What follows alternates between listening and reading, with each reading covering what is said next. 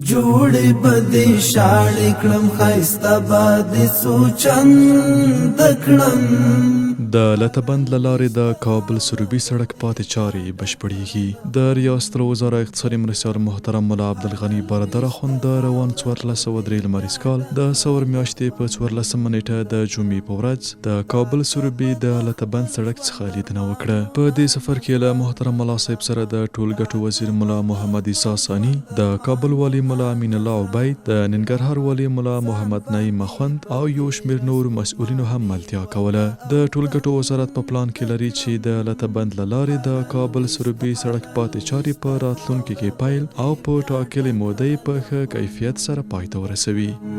جوړې بدې شاړې کړم ښایسته بادې څو چند کړم هر لویشته خاوره به دې بیا ډکه له خوند کړم.